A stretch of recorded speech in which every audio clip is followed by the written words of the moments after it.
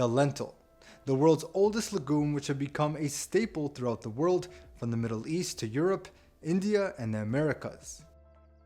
Unlike beans, lentils cook much quicker, and soaking is not necessary. Versatile and inexpensive, lentils provide a ton of nutrition as well as both an earthy and creamy element to your dishes.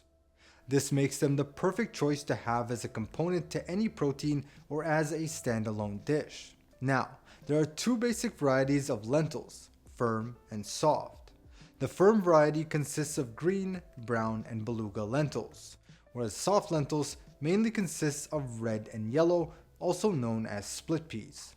Firm lentils hold their shape extremely well and are great when added to soups, salads, curries, and stews. They take roughly 30 to 45 minutes to cook through, and this may vary depending on their usage. If using in a curry, you can afford them a longer cooking time so that they can soak in more flavor.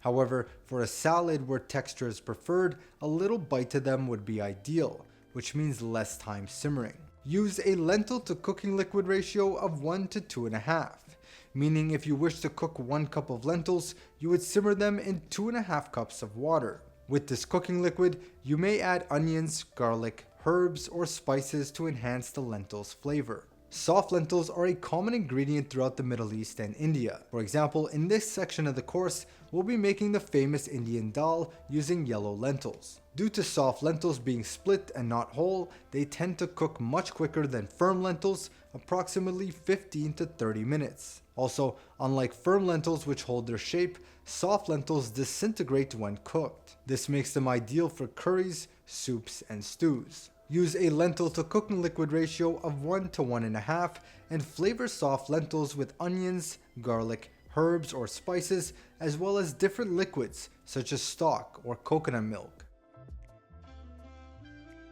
Now that does it for this brief introduction on the two different types of lentils and how to approach them.